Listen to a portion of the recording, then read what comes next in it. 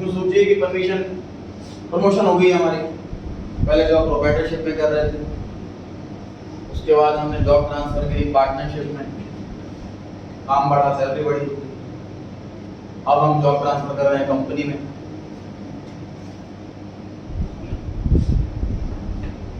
हमारे बनाए अकाउंट्स लाखों लोग देखेंगे। एक एक चीज की जगह फिक्स है।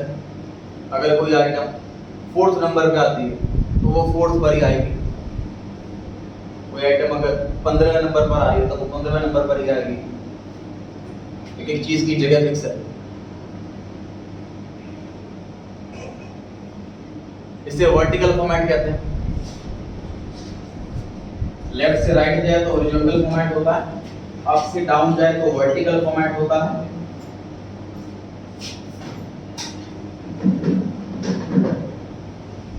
तो सर प्रोप्राइटरशिप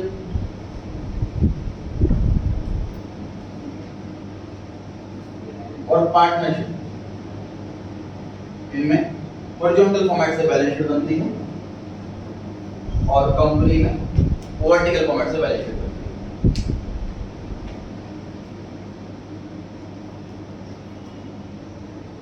मतलब तक जो हमने सर बैलेंस शीट पढ़ी है उसमें क्या होता था, एसेट इधर, लायबिलिटी इधर और टोटल मैच करना चाहिए। अब हम क्या करने वाले हैं, लायबिलिटी इधर, टोटल एसेट इधर, टोटल एसेट। अब ऐसा करने वाले हैं।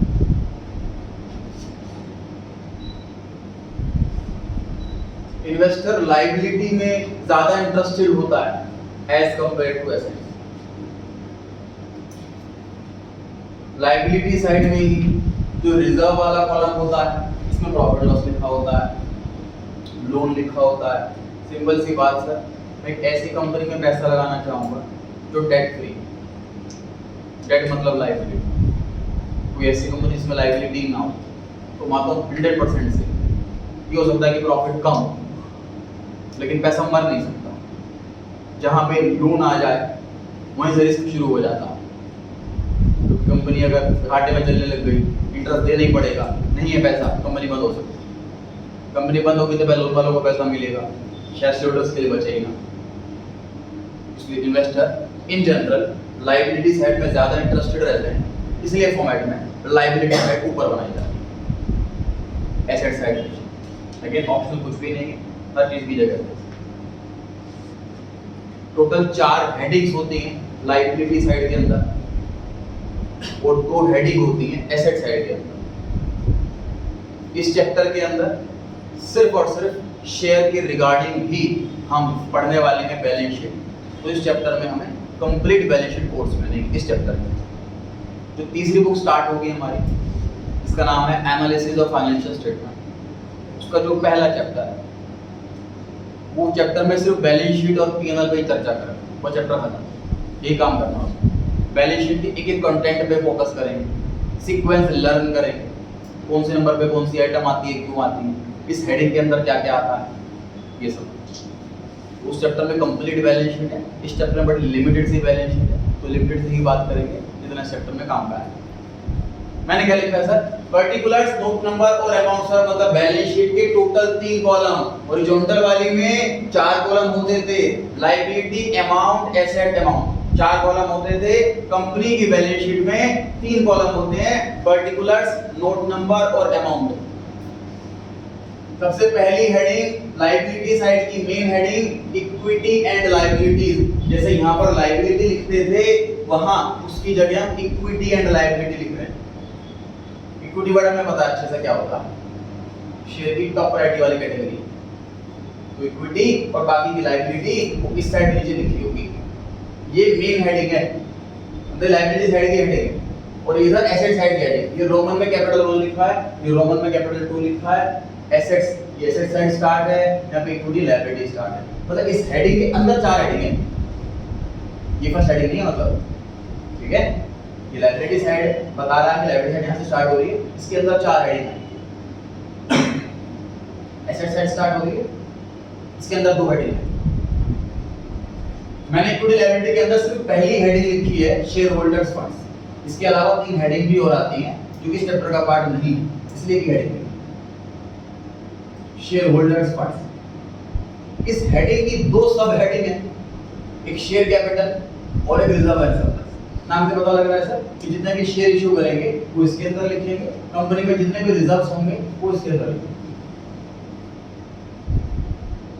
टोटल कर देंगे। उसके बाद एसेट साइड शुरू हो गई। इस क्वेश्चन में शेयर इशू करें तो पैसे ही आ रहा है बस, इस क्वेश्चन में बाकी की इंफॉर्मेशन नहीं, इसलिए हमने करंट एसेट हेडिंग बनाई और उसके अंदर सब हेडिंग बनाई कैश एंड कैश इक्विवेलेंट। सब हेडिंग इसके अंदर 6 होती है। इस चैप्टर के अंदर सिर्फ एक रिलेवेंट लिखी है, कैश एंड कैश इक्विवेलेंट। इस वर्ड पर भी चैप्टर 1 में टाइम लगाना है, बुक 3 में आइडिया दे देता हूं। कैश जो कैश है और कैश इक्विवेलेंट जो कैश के जैसा, मतलब जितनी भी एसेट ऐसी है जो हमारे पास बिल्कुल लिक्विड मनी है, जैसे कि बैंक बैलेंस, जब मनी पैसा निकालो वो भी कैश ही। जैसे कि मार्केटेबल सिक्योरिटी, मैं कोई भी शेयर बेचूंगा एक दिन के अंदर मेरे अकाउंट में पैसा आ जाए, तो वो भी कैश के जैसा ही। तो जो भी कैश हो या कैश के जैसा हो, हमारे पास चेक इन हैंड है, वो भी कैश एंड कैश इक्विवेलेंट है। चेक इन हैंड, कस्टमर से चेक लिया हुआ है, एमआर जमा कर दे अकाउंट में या किसी और को दे दे वो चेक, वो भी कैश के जैसे ही। वैसे जितनी भी आइटम जो कैश की जैसी होती हैं वो कैश एंड कैश इक्विवेलेंट में आती हैं। इस चैप्टर में सिर्फ एक ही आइटम आने वाली है इसके अंदर, बैंक। शेयर इशू करेंगे, बैंक बैलेंस पढ़ेगा। इस चैप्टर की समझ लो कंप्लीट बैलेंस शीट है इस चैप्टर की। कई क्वेश्चन प्रैक्टिस करने वाले हैं इसकी ढंग से। मैं पहले क्वेश्चन इसके एग्जाम में ज्यादा नहीं आते, रेयरली आता है, लेकिन जब आता तो बच्चा घबराता है बैलेंस शीट से, नई बैलेंस शीट है, नया फॉर्मेट है। तो पहले मैंने उसके अंदर सिर्फ एक ही क्वेश्चन रखता था बैलेंस शीट। ये एग्जाम इंपॉर्टेंट भी नहीं है, एक क्वेश्चन के बाद समझा दी मैंने, बात कर रहा था। लेकिन जब बच्चा घबरा रहा है टेस्ट में करने में, एग्जाम में करने में, इसलिए मैंने ज़्यादा क्वेश्चन रखे हैं टेस्ट नोट्स के अंदर बैलेंस शीट वाले, ताकि बार बार प्रैक्टिस होती जाए, बार बार रिवीजन होता जाए, डर कम हो। सर पहले बैलेंस शीट में क्या करते थे हम, प्रोप्राइटरशिप की बैलेंस शीट है, पार्टनरशिप की बैलेंस शीट है, छोटा मोटा दुकानदार है तो 10 15 20 आइटम होंगी उसके पास एसेट में, 4 5 6 लायबिलिटीयां होंगी, छोटी सी बैलेंस शीट है। अब सर कंपनी में आ रहे हैं, अरबों करोड़ों अरबों का बिजनेस है, कई टाइप की एसेट्स हैं, कई टाइप की लायबिलिटीज, वो हम बैलेंस शीट के अंदर लिख देंगे, तो ढूंढना पड़ेगा इन्वेस्टर को कौन सा अमाउंट कहाँ। इसलिए कंपनी के अंदर समरी वाला कॉन्सेप्ट लॉन्च कर रखा कि हमें कंटेंट डिटेल्ड नहीं देना बैलेंस शीट के अंदर, हमें समरी दे। मान लीजिए कंपनी के अंदर 17 तरीके के लोन अलग अलग बैंक से लिया हुआ है, कोई शॉर्ट टर्म है, कोई लॉन्ग टर्म है, कोई पब्लिक से है, कोई एनबीएफसी से है, बहुत सारे टाइप के लोन। 17 लोन नहीं लिखे होंगे इसमें, टोटल लोन लिखा होगा। तो सर डिटेल में इंफॉर्मेशन जाननी हो अगर किसी इन्वेस्टर को पैसा लगाने की, तो क्या करे, तो उसके आगे नोट नंबर मेंशन होगा। नोट नंबर के अंदर वो सारी डिटेल्ड इंफॉर्मेशन मिल जाएगी। अब नोट्स टू अकाउंट्स में हम वही पेज खोलेंगे जो पेज हमारे लिए रहेगा, मतलब हमारे सामने सिर्फ एक पेज है। हम एज इन्वेस्टर हो, तो सिंपल सी बात है, कोई कॉन्सेप्ट अगर बनाया जा रहा है इन्वेस्टर के पॉइंट ऑफ व्यू से बनाया जा रहा है, कोई मूवी के प्रोड्यूसर डायरेक्टर बना रहा है, तो सोच रहा है कि ऑडियंस जब देखेगी तो क्या सोचेगी, उसके समझ में क्या आएगा, उस एंगल से बना रहा है। तो हम अकाउंटेंट भी अकाउंट उसी एंगल से बना रहे हैं कि जब इन्वेस्टर देखेगा तो उसको क्या कंफर्ट रहेगी, अंडरस्टैंडिंग रहेगी। तो जो इन्वेस्टर देखेगा उसको एक पेज की मिल जाएगी बैलेंस शीट, चाहे अरबों खरबों की आइटम हो, चाहे किसी कंपनी के अंदर 500 एसेट हो, 300 लायबिलिटी हो, तभी बैलेंस शीट से एक पेज की ही मिलेगी। सारी आइटम मेंशन होंगी एक पेज के अंदर। अब मैं इन्वेस्टर हूं, मुझे लोन देखना है, तो मैं लोन के लिए नोट नंबर खोलूंगा और वही वाला टॉप पेज पढ़ूंगा जो लोन वाला। मान लीजिए मुझे ये देखनी है कि फिक्स्ड एसेट्स इसमें कितनी कंपनी में, कितने मशीनरी में, कितना बिल्डिंग में, ये मुझे देखना है। तो फिक्स्ड एसेट वाला उसको अकाउंट में क्लिक करूंगा वो मिल जाएगा। अब ये तो मैनुअल बता रहा हूं मैं आपको कि नोट नंबर लिखा होगा वो खोल लो पेज। प्रैक्टिकली क्या होगा ऑनलाइन सिस्टम के अंदर, ये जो बैलेंस शीट होगी हमने इस पर क्लिक करना तो ऑटोमेटिकली उसको नोट नंबर मिल जाएगा। सिंपल सा जैसे मोबाइल में गैलरी का कॉन्सेप्ट है, इस अगर मोबाइल में फोटोज हैं, तो व्हाट्सएप की फोटोज हैं डाउनलोडेड, कुछ हमारी कैमरा से खींची हुई फोटोज हैं, अगर एल्बम खोलते सारी फोटो मिक्स होकर के दिख जाएंगे तो हमें भी खुद कंफ्यूजन हो जाएगी समझने में। इसलिए कॉन्सेप्ट उसमें बना रखा है फोल्डर्स का एल्बम का, ये व्हाट्सएप की अलग है, कैमरे की अलग है। अगर मुझे कैमरे की फोटो में जाना तो कैमरे पे क्लिक करूंगा, कैमरे की फोटो मिलेगी। सेम कॉन्सेप्ट यहाँ पर है। अगर मुझे कैश एंड कैश इक्विवेलेंट जानना तो मेरे को उस पर क्लिक करना है, cash and cash equivalent open हो जाएगा। ऑनलाइन सिस्टम में ऐसे चेक करना है। क्लियर हो गई बात? तो स्टार्ट कर रहे हैं हम नोट्स टू अकाउंट्स बनाने। नोट्स टू अकाउंट्स में भी सीक्वेंस यही रहेगा, पहली आइटम को पहला नोट नंबर, अगली आइटम को दूसरा। एसेट स्टार्ट हो रही है तो वापस पहले से स्टार्ट नहीं होगा, सीक्वेंस वही रहेगा। इनफैक्ट जब पीएनएल बनेगा उसका सीक्वेंस भी यही से चलेगा। मान लीजिए एसेट्स में मतलब बैलेंस शीट के अंदर 17 नोट्स टू अकाउंट्स आ गए, तो पीएनएल में 18 से शुरू होगा नोट नंबर। समझ आ रही है बात? भाई कंफ्यूजन इन्वेस्टर को नोट नंबर में भी ना हो ना, ये फर्स्ट नोट नंबर पता नहीं बैलेंस शीट का आगे पीएनएल का है। ठीक है जी, बनाते हैं नोट्स टू अकाउंट्स का फॉर्मेट।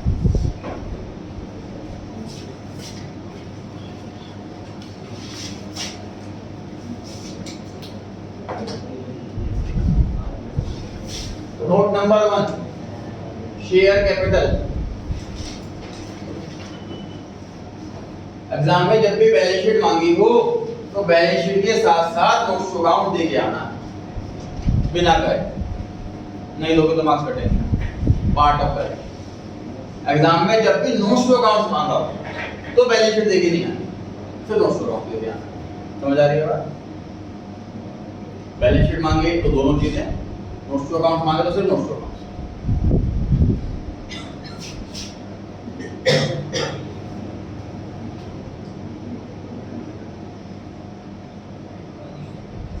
ऑथराइज्ड कैपिटल लिखने के बाद 2 लाइन छोड़नी है।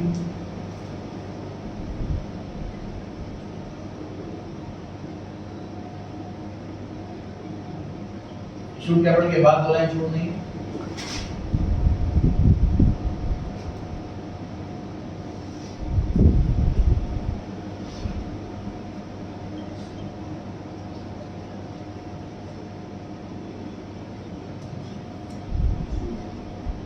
चीजें अलग आएंगी, नहीं आएंगी। नई चीज से हमेशा अनकंफर्ट फील होता है। जैसे बैंकिंग सिस्टम के अंदर ऑनलाइन सिस्टम जब लाया गया तो जो पुराना स्टाफ था कुछ सालों से बनाता आ रहा है मैनुअल अकाउंट, नहीं पल्ले पड़ पा रहा उसके मैनुअल कंप्यूटराइज्ड अकाउंटिंग, तो छोड़नी पड़ी।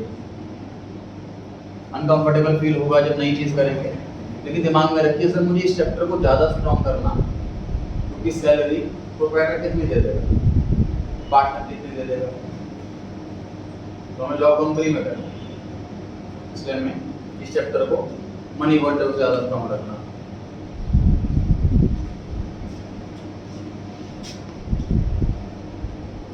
सर शेयर कैपिटल की 3 दिन हेडिंग, पहले बैलेंस शीट में हेडिंग, हेडिंग की सब हेडिंग, तो बैलेंस शीट के साथ नोट्स टू अकाउंट्स भी, पहले नोट के अंदर भी 3 सब हेडिंग। मुश्किल काम है, मुश्किल काम की पेमेंट मिलती है ज़्यादा। कोई काम अलग दिखे, टफ दिखे तो खुश हो जाना है हमने, वजह है कि कॉम्पिटिशन खत्म करता। आप कोई गवर्नमेंट एग्जाम देंगे उसमें ग्रेजुएट मांगा होता है, ग्रेजुएट सर करोड़ों है इंडिया में, कंपटीशन टफ। सीए करने के बाद गवर्नमेंट एग्जाम देंगे तो कुछ हज़ार होंगे कंपटीशन, क्योंकि सीए का तो कोई टफ चीज़ आए, टफ रिक्वायरमेंट आए तो हमें खुश हो जाना, क्योंकि कंपटीशन कम करेगा हमारे। देखिए वापस से कैपिटल के अंदर पहली सब हेडिंग सर ऑथराइज्ड कैपिटल। अब आपने बिजनेस स्टडीज पढ़ी है ईमानदारी से 11th क्लास में, आपको पता होगा कि ऑथराइज्ड कैपिटल क्या होती है। जब कोई कंपनी वाला बिजनेस स्टार्ट करने के लिए कंपनी रजिस्टर्ड कराता है तो एक पर्सन के पास जाता है जिसका नाम होता है आरओसी, रजिस्ट्रार ऑफ कंपनीज। वो कहता है कितनी कैपिटल लिखनी है आपको बताओ, वो जो फीस लेता है ना वो कैपिटल के हिसाब से लेता है। फॉर एग्जांपल 1%, ये चेंज होता है कंपनी के साथ, 1% प्रेजेंट नहीं 1%। तो अगर मैं 1 करोड़ की कैपिटल लिखवाऊंगा तो 1 लाख रुपए फीस ले लेगा। समझ आ रही है बात? तो मैं उसे कैपिटल बहुत ज्यादा नहीं लिखवाऊंगा, बट फीस का चक्कर नहीं होगा, मैं तो 4-5 गुना लिखवा दूंगा कि बाद में मेरी मर्जी शेयर जितना मर्जी इशू करूँ। तो मान लीजिए मुझे अपनी कंपनी खोलने के लिए लोगों से पैसा भी कलेक्ट करना है, 100 करोड़ रुपए की मैंने प्लानिंग कर रखी है इन्वेस्टमेंट की, तो मैं उसको अगर लिखवा 200 करोड़ रुपए लिखवा दूँ तो फीस 200 करोड़ के हिसाब से ले लेगा ना। तो मैं थोड़ी देर बाद तो लिखवाऊंगा, मान लो 100 करोड़ रुपए चाहिए तो शायद मैं उससे 110 करोड़ रुपए 120 करोड़ कितना लिखवा दूँ, ये मेरी मैक्सिमम कैपिटल रहेगी। जितनी मैंने लिखवा दी उससे ज़्यादा मैं शेयर इशू नहीं कर पाऊंगा, लिमिट लग जाएगी वहाँ पे, कंडीशन लग जाएगी, वो मैक्सिमम कैपिटल हो जाएगी। सो मान लीजिए 100 करोड़ से अपने बिजनेस स्टार्ट कर दिया, बाद में बड़ा हो रहा है बिजनेस और 50 करोड़ रुपए चाहिए, तो बढ़ा नहीं पाओगे आप बिजनेस? बढ़ा सकते हैं, दोबारा ROC के पास जाऊंगा, मुझे अपडेट करो, ऑल्टरेशन अलाउड है। 100 करोड़ 150 करोड़ दो, इतना बढ़वा सकता हूँ, फीस देनी है, प्रिस्क्राइब्ड फीस, तो फॉर्मेलिटी को पूरी करनी है, तो ऑथराइज्ड कैपिटल बाद में बढ़ाई जा सकती है। ऑथराइज्ड कैपिटल क्या होती है सर? इसे नॉमिनल कैपिटल भी कहते हैं, इसे मैक्सिमम कैपिटल भी कहते हैं। इससे ज्यादा कोई कंपनी शेयर इशू नहीं कर सकती। इशू करना चाहे तो पहले से बढ़वा। तो जब भी नोट्स अकाउंट्स बनाए जाते हैं तो हम इन्वेस्टर को बताते हैं कि इस कंपनी में मैक्सिमम कैपिटल इतनी है और हमने इतनी इशू कर रखी है और लोगों ने इतनी सब्सक्राइब कर रखी है, हमें कंप्लीट इंफॉर्मेशन दे रही है। फुल डिस्क्लोजर कॉन्सेप्ट नहीं सिखाया सर। ये बात इंफॉर्मेशन से लोगों को क्या फायदा मिल जाता है, क्या चीज मिल जाती है? मान लीजिए ये 500 करोड़ रुपए, ये 400 करोड़ रुपए, ये 300 करोड़ रुपए, तो कंपनी को दिख रहा है कि अभी भी इन्वेस्टर्स को दिख रहा है कि कंपनी अभी भी आराम से 100 करोड़ रुपए मंगा सकती है। 100 करोड़ रुपए का बैकअप है इसके पास, ये स्ट्रॉन्ग चीज होगी। समझ आ रही है बात? ठीक है। तो प्राइस कैपिटल में हमें मेंशन करना होता है मैक्सिमम कितने कंपनी शेयर इशू कर सकती है, इशूड में एक्चुअल कितने इशू करे हैं और सब्सक्राइब में कितने सब्सक्राइब हुए हैं। हमें इतनी इंफॉर्मेशन देनी होती है शेयर कैपिटल के अंदर। ठीक। इस क्वेश्चन के अंदर सर कहीं पर भी नहीं बता रखा कि मैक्सिमम शेयर्स कितने हैं, तो हम भी नहीं बताएंगे।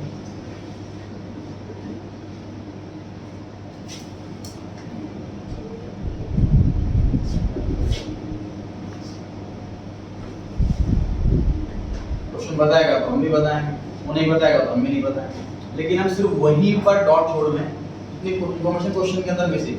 सर जब ऑथराइज दे ही नहीं रखी तो लाइन ही मत लिखो ऑथराइज वाली। नहीं, हम ये प्रेजेंट करने के बाद एग्जामिनर को बता रहे हैं कि देखो ऑथराइज आता है, यहाँ पे हमें बता आपने ऑथराइज के शेयर नहीं दे रखे, तो हमने वाला क्वेश्चन प्लान छोड़ा हुआ बस। ठीक है। कितने शेयर्स हैं, कितने रुपए के हैं, टोटल कितना आएगा, ये तीनों काम बताने हैं। इक्विटी है कि प्रेफरेंस है ये भी बताना। अगर दोनों में तो दोनों लिखते जाए ऐसे क्वेश्चन भी। इशू करें सर 1 लाख शेयर, तो मैं बताइए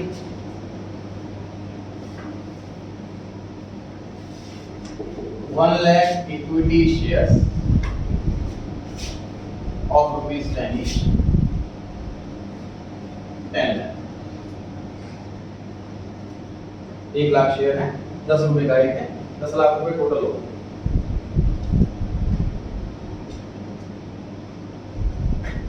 क्वेश्चन में लिखा था the issue was fully subscribed.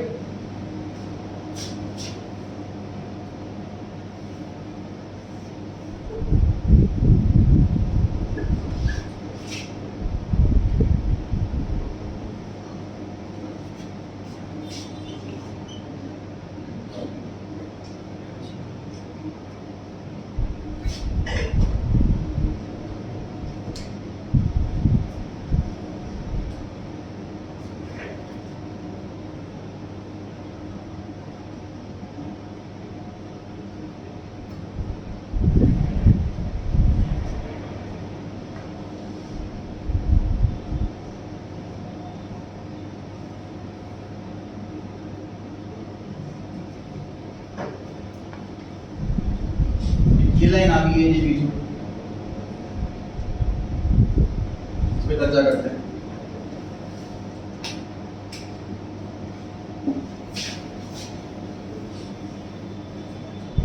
नहीं पहले क्वेश्चन नहीं लगेगा, फिर तो डिस्कशन सिर्फ अमाउंट पर होगा।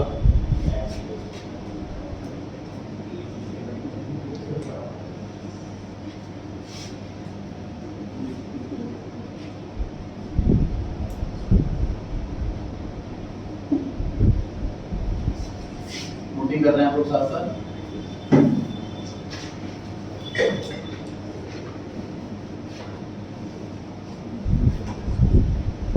इसके बाद 5-6 लाइन और छोड़ देंगे आपको, उसके बाद नोटिंग करनी है। ये नोट करवा भी क्वेश्चन का पार्ट नहीं है, नॉलेज का पार्ट है।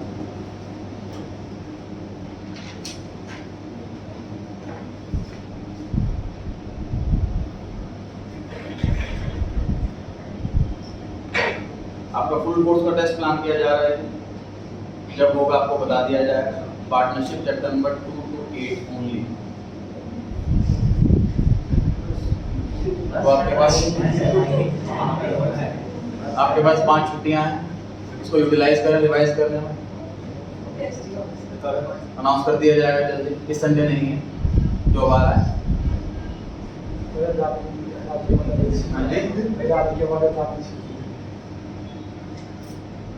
सुनने ज़्यादा रखा हुआ है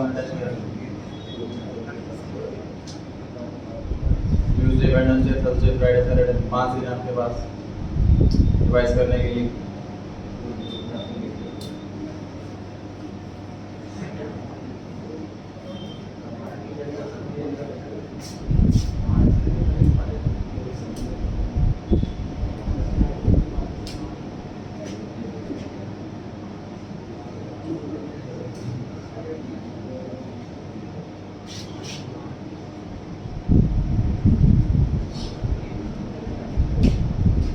ये बड़ा फेवरेट टॉपिक है एग्जामिनर का, 1 से 2 मार्क के क्वेश्चन भी आते हैं इस वाले टॉपिक पर। इसकी काफी प्रैक्टिस करने वाले आने वाले क्वेश्चन में भी कोशिश करें पहले क्वेश्चन भी समझ में आ जाए। सब्सक्राइब्ड कैपिटल की 2 कैटेगरी बना रखी है सर। पहली subscribed and fully paid up और दूसरी का नाम है subscribed but not fully paid up. जो पहले वाली कैटेगरी है, कभी कभी हमें शेयर्स उस वाली कैटेगरी में लिखने होते हैं और कभी कभी लिखने होता है इस वाली कैटेगरी में। कभी कभी ऐसा होता है थोड़ा इसमें थोड़ा इसमें, मतलब 1 लाख शेयर है मान लीजिए, तो कभी ऐसा होगा 1 लाख के सारे शेयर इसमें लिख दिए, इसमें कुछ लिखा ही नहीं।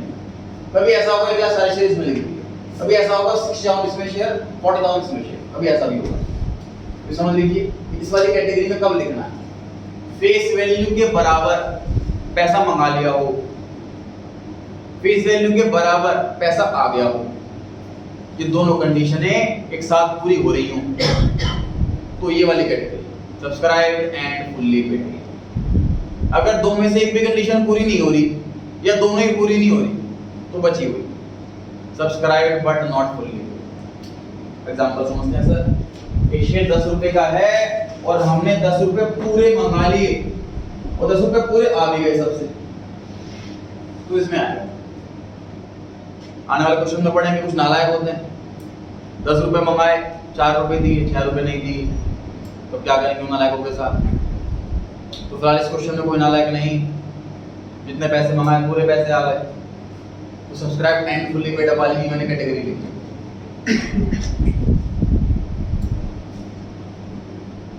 चलिए सर, यहाँ अमाउंट और यहाँ तीनों में अमाउंट अलग अलग भी हो सकता है। ऑथराइज अलग हो, इशूड अलग हो, सब्सक्राइब अलग हो। बैलेंस शीट में कौन सा आना चाहिए, क्या लगता है? ऑथराइज आना चाहिए और कोई आंसर? सब्सक्राइब आना चाहिए और कोई आंसर? तीनों कैसे लिखो, तीनों लगा अमाउंट है। हाँ जी, ध्यान से देखिए सर, बैलेंस शीट में जितनी भी आइटम होती है वो ट्रायल बैलेंस से आती है। ट्रायल बैलेंस में जितनी भी आइटम होती है वो लेजर से आती है और लेजर में जितनी आइटम होती हैं वो जर्नल से आती है। तो आप बस इतना माइंड लगाओ कि जर्नल से इनमें से कौन सा पास हुआ, सब्सक्राइब लेटर। जितने शेयर लोगों ने सब्सक्राइब करे पहली एंट्री आपने उसी से तो करी। 10,000 शेयर मान लो इशू करे हैं मैंने और सब्सक्राइब हुए हैं 9,000, तो एंट्री तो 9,000 से करूंगा, पैसे तो 9,000 आए। एक बात है, तो जितनी भी एंट्रीज होती हैं वो सब्सक्राइब्ड वाली कैपिटल से होती हैं, इशूड वाली से नहीं, ऑथराइज्ड वाली से। इसलिए बैलेंस शीट में भी सब्सक्राइब्ड वाला अमाउंट आता है सिर्फ, मतलब सर ये वाले अमाउंट हम सिर्फ फॉर्मेलिटी के लिए लिखते हैं। जी हाँ, कोई फॉर्मेलिटी के लिए नो अमाउंट का बैलेंस शीट से कोई लेना नहीं। अमाउंट ये वाला है 10 लाख रुपए सब्सक्राइब कैपिटल वाला।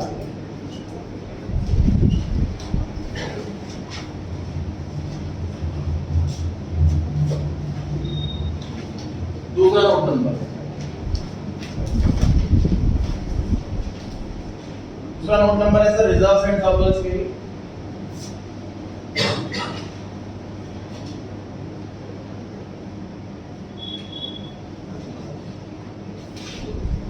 दूसरा नोट है रिजर्व्स एंड सरप्लस के लिए। कंपनी में जितने भी टाइप के रिजर्व सबके सब लिखने हैं यहाँ पर हमें, प्रॉफिट हो लॉस हो, general reserve, workman compensation reserve, investment fluctuation reserve,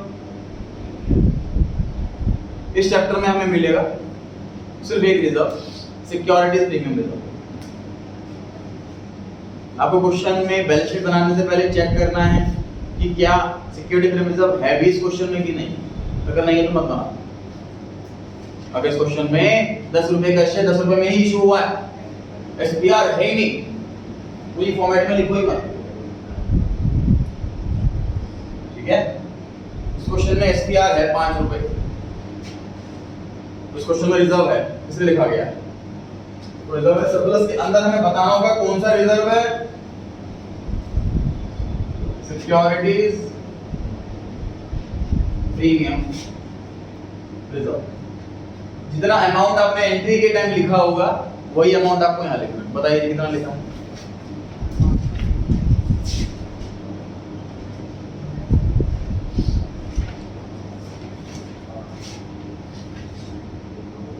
$5 lakh total balance sheet का 15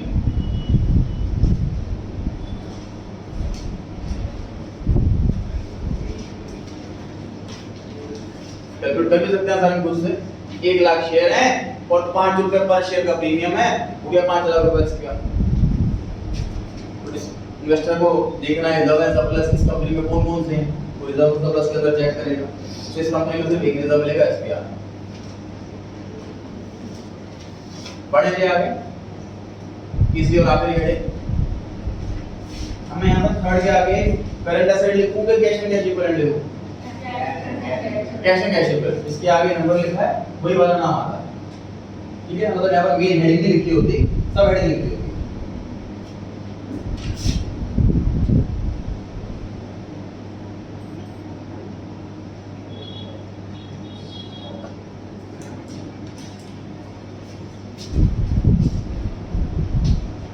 कैश एंड कैश में सब कुछ मेंशन करना है, कितना कैश है, कितना बैंक है, कितना चेक इन हैंड है, कितनी मार्केटेबल सिक्योरिटी, सब कुछ इस चैप्टर के अंदर सिर्फ एक ही आइटम होगी, कैश एंड बैंक।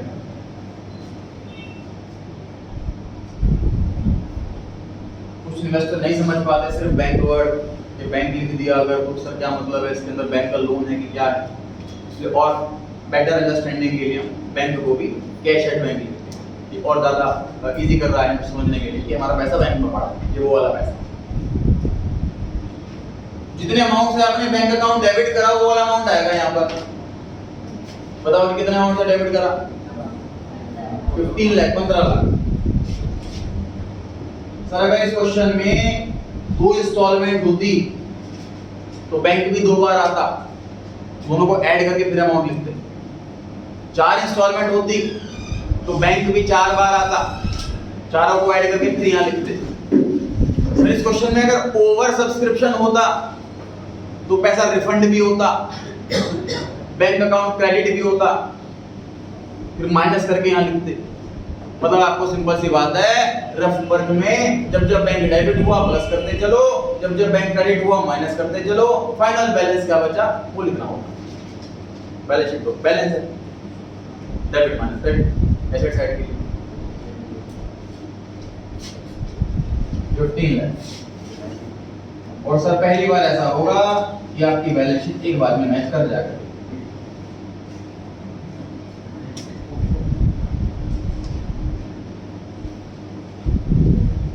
आइटम क्योंकि 3 है बस, कैपिटल, एसपीआर और bank.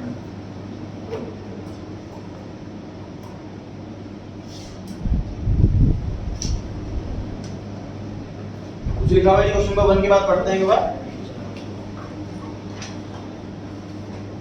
A salient feature of a company is that the amount on its shares can be gradually collected टुकड़ों में in easy installments spread over a period of time depending upon its growing financial requirement। जब जब पैसे की जरूरत होगी तब तब मंगा लेंगे। सेकंड पॉइंट, फर्स्ट इंस्टॉलमेंट जो कलेक्ट की जाती है एप्लीकेशन के साथ उसका नाम एप्लीकेशन मनी है। नेक्स्ट, सेकंड इंस्टॉलमेंट जो कलेक्ट की जाती है अलॉटमेंट के साथ उसे अलॉटमेंट मनी कहते हैं।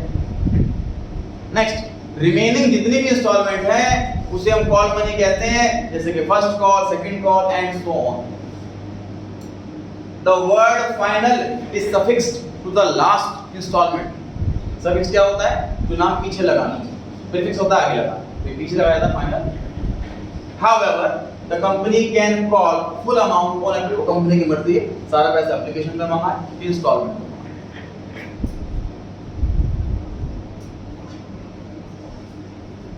चलिए आप इतना क्या बैलेंस शीट को रिवाइज कर लें जरूर इस क्लास से पहले, और क्वेश्चंस किए जाएंगे बैलेंस शीट